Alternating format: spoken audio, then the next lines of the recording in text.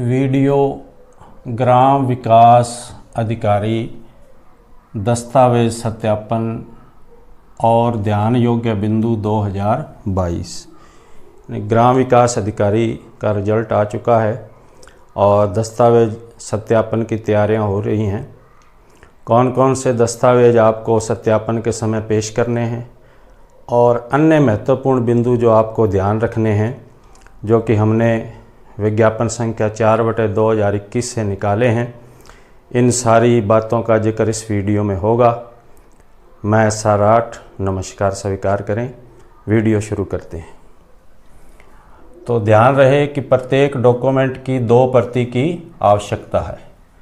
किसके अनुसार? विज्ञापन संख्या 4/2021 के अनुसार ये डॉक्यूमेंट वेरिफिकेशन आपका हो रहा है। तो सबसे पहले विस्तृत आवेदन सह परिनिरीक्षा प्रपत्र, विस्तृत आवेदन सह परिनिरीक्षा प्रपत्र और एक ऑनलाइन आवेदन की हार्ड प्रति, जो आपने आवेदन पत्र भरा था उसकी हार्ड प्रति, इन दोनों की 2-2 प्रतियां आपने तैयार रखनी है। अब आवेदन में आपने कौन कौन से डॉक्यूमेंट्स अंकित किए थे, लिखे थे, उनको यहाँ देख लेते हैं।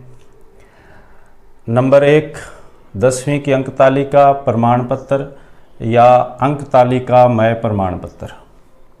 इसी प्रकार से कक्षा 12 की अंक तालिका प्रमाण पत्र या अंक तालिका मय प्रमाण पत्र। तीसरे नंबर पर स्नातक की अंक तालिका डिग्री या डिग्री न हो तो प्रोविजनल डिग्री आपको लानी है। अन्य शैक्षिक योग्यता यदि कोई हो तो, यदि आपने उच्च शैक्षिक योग्यता अर्जित की है तो ध्यान रहे वो कंप्लीट हो, क्योंकि वहाँ से फिर आपको अंतिम संस्थान का चरित्र प्रमाण पत्र लेके आना है। कंप्यूटर संबंधी कोई डिप्लोमा प्रमाण पत्र या RSCIT, जो कि विज्ञप्ति में जिस डिप्लोमा या प्रमाण पत्र की छूट है, आपको उसके आधार पर आपने आवेदन किया है वो डिप्लोमा। और मूल निवास प्रमाण पत्र, इसके अलावा 7 नंबर पे जाति प्रमाण पत्र, कौन कौन से SC, ST, OBC, MBC या EWS, जो आपने जिस कैटेगरी में आपने अपने आप को ऑनलाइन आवेदन में लिखा है। 8वां अंतिम शैक्षिक संस्थान का चरित्र प्रमाण पत्र, अंतिम जो आपका इंस्टीट्यूट है वहाँ से करेक्टर सर्टिफिकेट। और 9 नंबर पर पहचान पत्र, फ़ोटो वाला या आधार हो सकता है, पैन, वोटर कार्ड, DL या पासपोर्ट हो सकता है।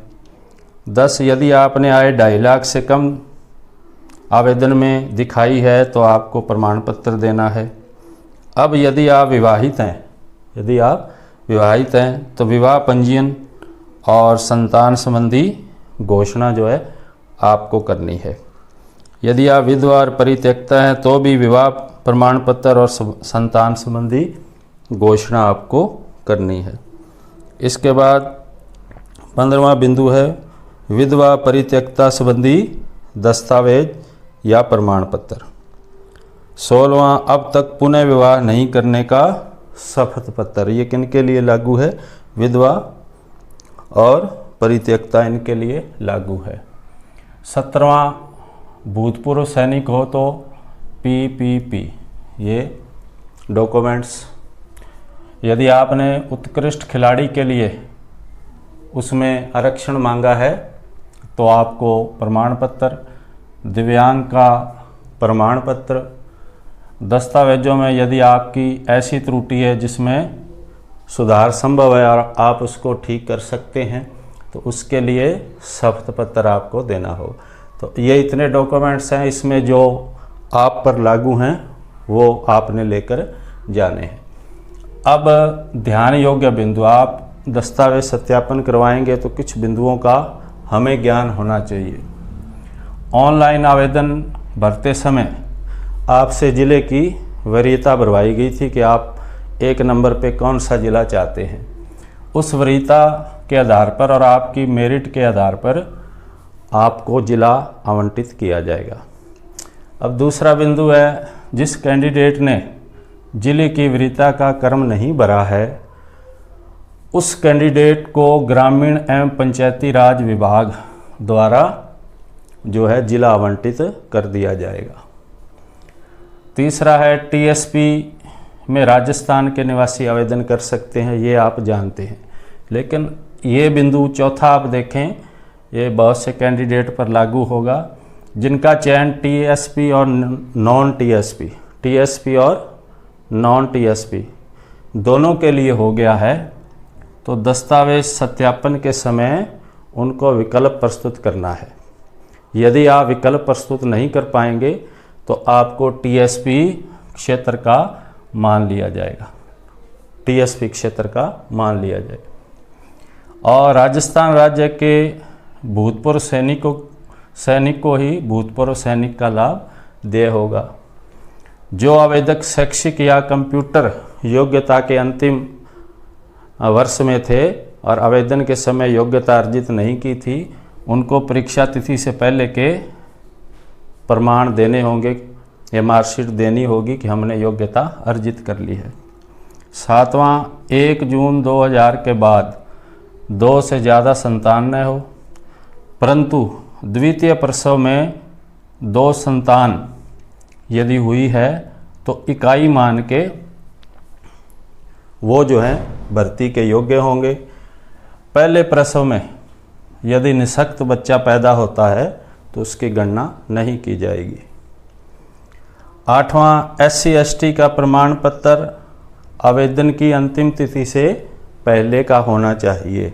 ये आपके विज्ञप्ति 4/2021 के बिंदु संख्या 19 क्रमांक संख्या 6 पर लिखा हुआ है, उसको आप देखें। यदि आपने डिजिटल प्रमाण पत्र बनवा लिया है तो दोनों प्रमाण पत्र साथ लेके जाएं। SC/ST महिला को पिता के नाम वाला प्रमाण पत्र लगाना है। इसी प्रकार OBC MBC महिला का प्रमाण पत्र माता पिता की आय के आधार पर बनाया जाएगा।